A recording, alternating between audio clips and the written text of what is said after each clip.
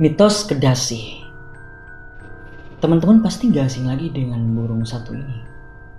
Burung Kedasi. Iya kan? Di Jawa Barat sendiri, burung ini biasa akrab dipanggil manuk cungcuing yang dipercaya sebagai jelmaan dari jin pembawa kabar kematian. Bener gak sih? Mitos ini terus berkembang secara turun-temurun cuy. Katanya nih, kalau lu dengar suara kedasi saat menjelang maghrib, itu tandanya bakal ada orang yang meninggal malamnya. Makanya gak ada orang yang mau pelihara burung kedasi. Coba deh lu main-main ke pasar burung. Gak pernah tuh gue nemuin pedagang yang jual ini burung. Kalaupun ada, gue yakin bakalan murah harganya cuy. Karena suara burung kedasi ini ganggu men buat kicau burung-burung lain.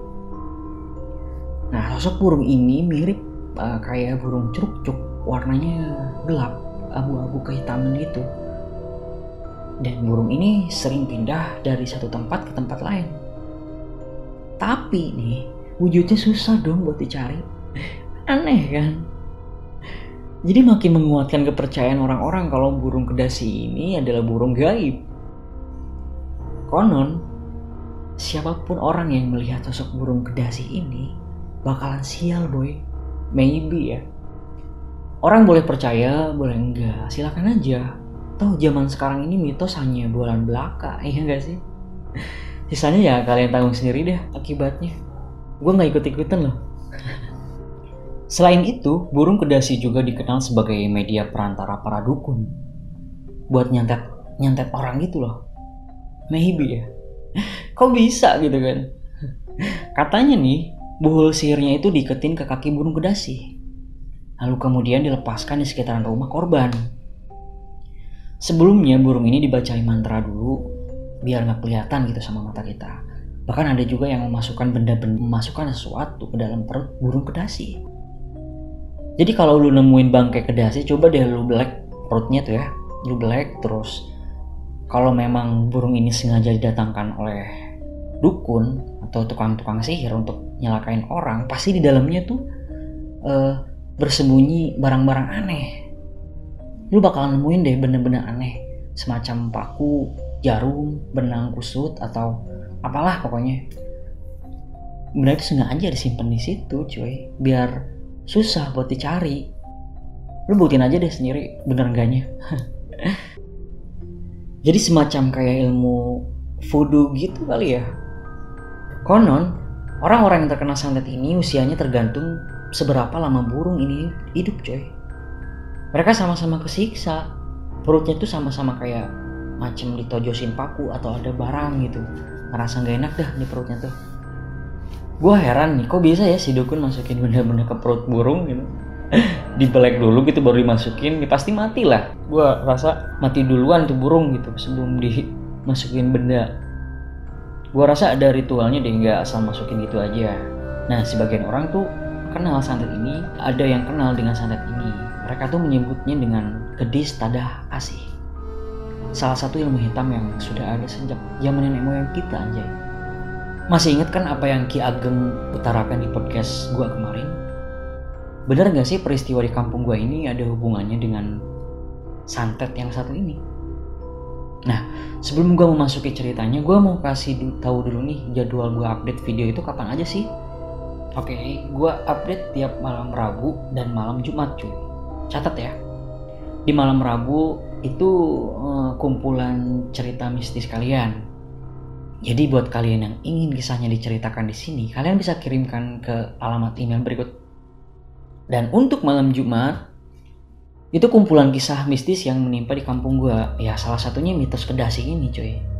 Penasaran kan? Gue mau ngucapin dulu banyak terima kasih buat yang udah setia nungguin podcast ini. Dan bagi yang baru bergabung nih, jangan lupa klik like dan subscribe sebagai bentuk dukunganmu terhadap channel ini. Serta nyalakan lonceng notifikasinya biar lu gak ketinggalan cerita di setiap minggunya.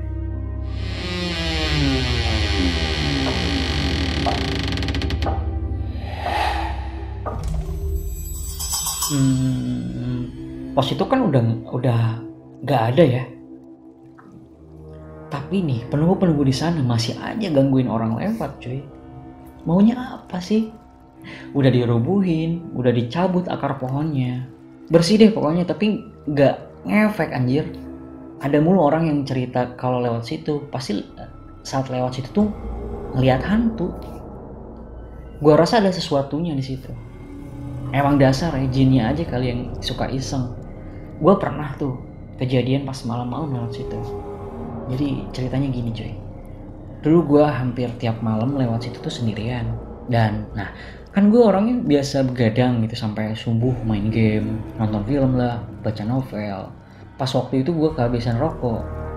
Mana udah tengah malam cuy, kira-kira sekitar jam 1-an deh. Fix kan ini, emang gue gak bisa tidur kalau belum puas ngerokok.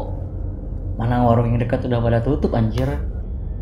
Kepaksa lah waktu itu gue mesti beli keluar kampung coy, karena setahu gue di sana ada warung pinggir jalan yang buka 24 jam. Jarak dari rumah lumayan lah, nggak jauh amat sih. Pergilah gue tuh naik sepeda biar nggak capek. Tadinya emang mau naik motor, cuman gerbang belakang rumah gue udah digembok coy, dan motor gue ada di situ. Jadi mau nggak mau nih gue keluar lewat pintu belakang, dan pas kebenaran sepeda gue ditaruh di situ. Naiklah sepeda gue tengah malam anjir.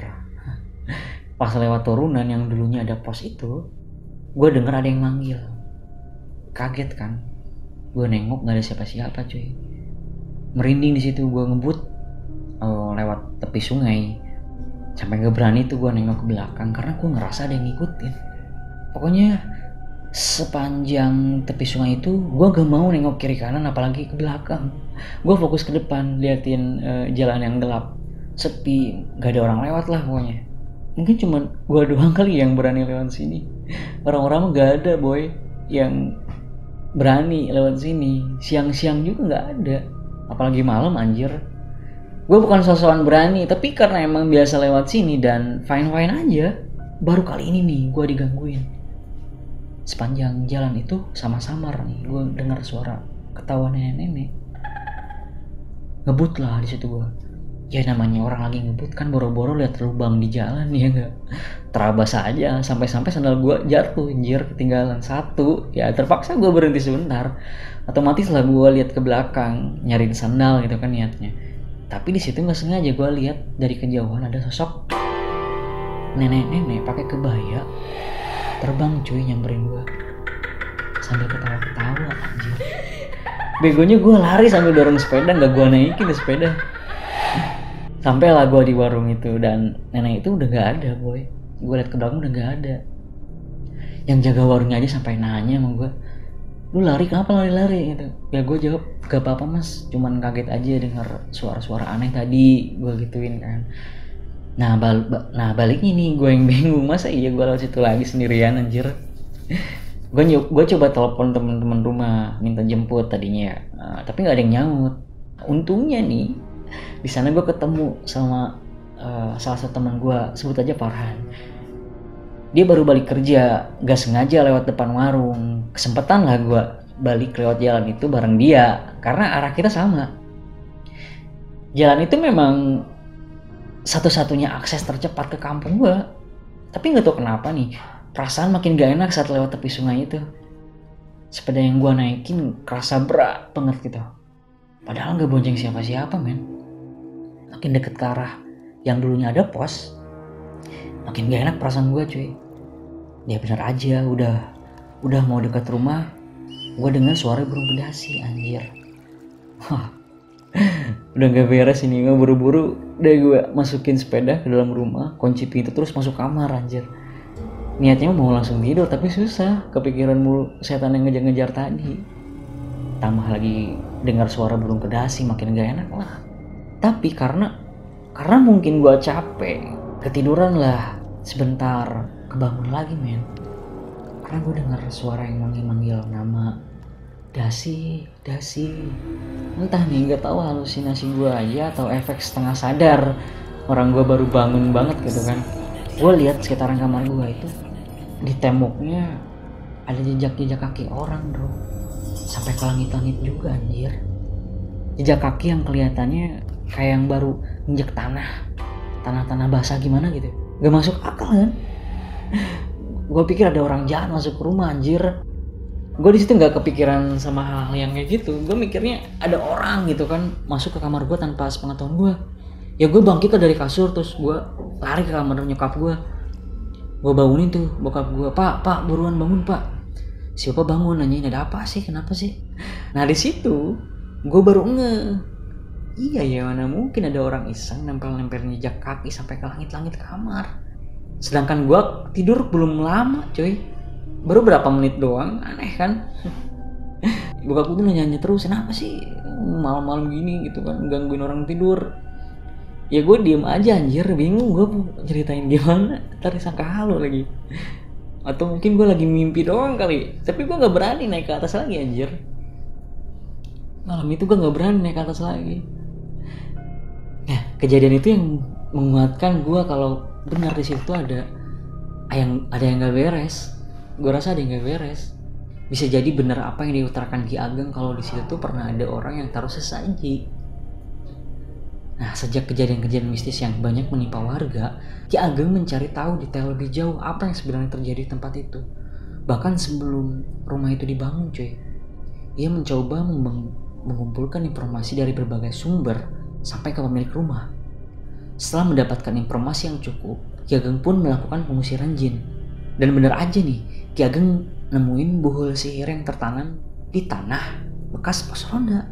Dia temukan 3 bungkusan kecil yang di dalamnya ada kayak tulang-tulang burung gitu, serta beberapa paku dan silet yang dibungkus oleh kain. Diduga kuat kalau tulang itu berasal dari burung kedasi. Nah, sedangkan sosok nenek-nenek yang sering mengganggu warga itu adalah penjaga buhul tersebut. Sosok itu bernama Nyai Dasi.